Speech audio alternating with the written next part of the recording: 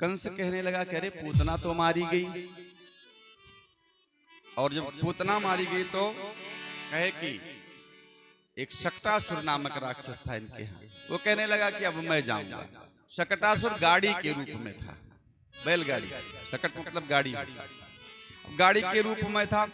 भगवान कृष्ण थोड़ा सा बड़े हो गए थे, करवट बदलने लगे थे, लगभग 3 महीने के हो गए थे, और 3 महीने के हो गए थे, करवट बदलने लगे थे। अब माँ यशोदा देखी, अरे कन्हैया करवट बदल लिया, बड़ी प्रसन्न हुई, बड़ी प्रसन्न हुई कि कन्हैया का करवट बदल लिया। माताओं को तो उत्सव मनाना चाहिए, अवसर मिल जाए तो गाना बजाना हो जाए। अब करवट बदलने पर भगवान के तुरंत सभी अपने सहेलियों को बुलाएं, कहें चलो आज गाना बजाना हो जाए। भगवान कृष्ण को पलने में लिटा करके और ऊपर एक बैलगाड़ी का हर्षा ऐसे रखा हुआ था, उसी में बांध के झूला दी। भगवान कृष्ण झूल रहे। इधर कंस से भेजा हुआ वो राक्षस आया, शकटासुर। शकटासुर देखा मौका अच्छा है, अब मैं यहीं से मार दूं। भगवान श्री कृष्ण समझ गए कि हाँ ठीक है, भागे, तुम्हारा भी उद्धार करना चाहिए। भगवान कृष्ण अपने पैर से बड़े तेज से प्रहार किए और वो शकटासुर को लगा, और वह गाड़ी जो बधी हुई थी धड़ाम से नीचे गिरी, और धड़ाम से जब नीचे गिरी तो शकटासुर का तो उद्धार हो गया।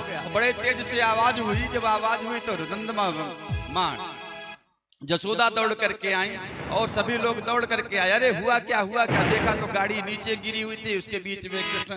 अरे कहने लगे भगवान ने हमारे बच्चे की रक्षा कर दी, भगवान ने हमारे बच्चे की रक्षा कर दी। कहने अरे गिरी, भला गाड़ी कैसे गिरी, इतना दिन से हर्षा रखा अब तक नहीं गिरा, आज कैसे गिरा। अब कुछ बच्चे वहां खेल रहे थे तो देख रहे थे, भगवान कृष्ण की लीला देख रहे थे। अब एक बच्चा उसमें गया, कहा मैया कहाँ, कहे मैं बताऊं, कहीं बताओ। अरे कहे इसने लात मारी तो ये गाड़ी गिर गई, तो देख ही रहा था। कहा इसने लात मारी कन्हैया ने, और इसने लात मारी इसलिए ये गाड़ी गिर गई। अब मैया यशोदा क्रोधित हो गई, अरे 3 महीने का बच्चा लात मारेगा गाड़ी गिर जाएगी, भला नहीं माना कोई बात। और फिर शकटासुर का उद्धार जब हो गया तो कंस विचार करने लगा कि मैंने 2-2 राक्षसों को भेजा, और 2-2 राक्षस गए, ये दोनों लोग मारे गए, तो फिर कोई दूसरा उपाय करना चाहिए। अब जब दूसरा उपाय करने के लिए इनके 1 वर्ष की लगभग भगवान की अवस्था है, 1 वर्ष में भगवान कृष्ण को मारने के लिए इसने तृणावर्त को भेजा। तृणावर्त बवंडर के रूप में आया, बवंडर के रूप में, जैसे बवंडर आवत, पहले ज्यादा आवत रही, अब ना आया। तो बवंडर के रूप में तृणावर्त आया बड़े तेज से। सुखदेव जी कहते हैं परीक्षित रजसा तमसावृतम, वह रजोगुण और तमोगुण की अधिकता थी उसमें रजोगुण और तमोगुण की अधिकता थी उस शकटासुर।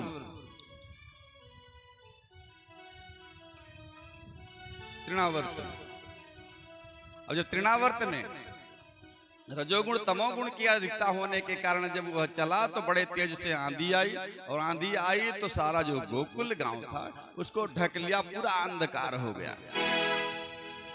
और जब अंधकार हो गया, भगवान कृष्ण को मां यशोदा अपनी गोद में लिए हुई थी, गोद में बैठा करके लेकर के दूध पिला रही थी।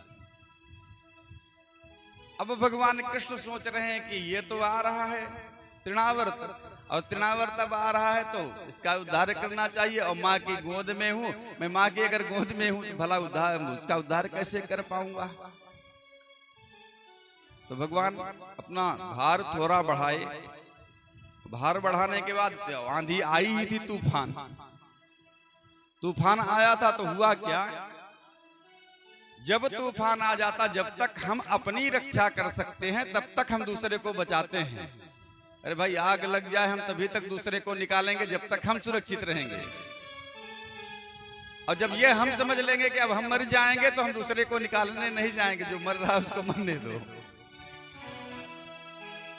अब मां यशोदा जब इनका भार भी कुछ बढ़ा और तूफान आया, आंख में भर गए, आंख साफ करने लगी, तब तक भगवान कृष्ण अलग हो गए।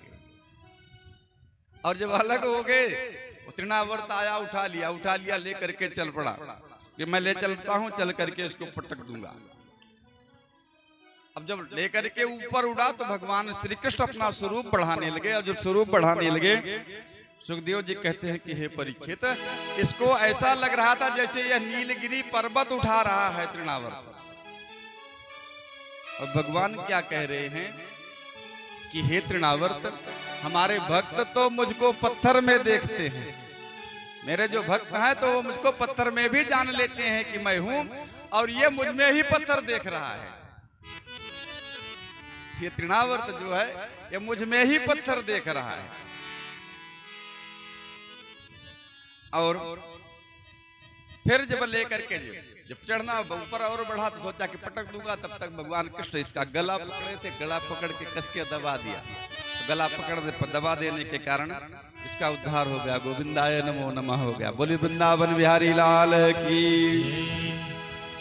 सुखदेव जी कहते हैं कि हे परीक्षित,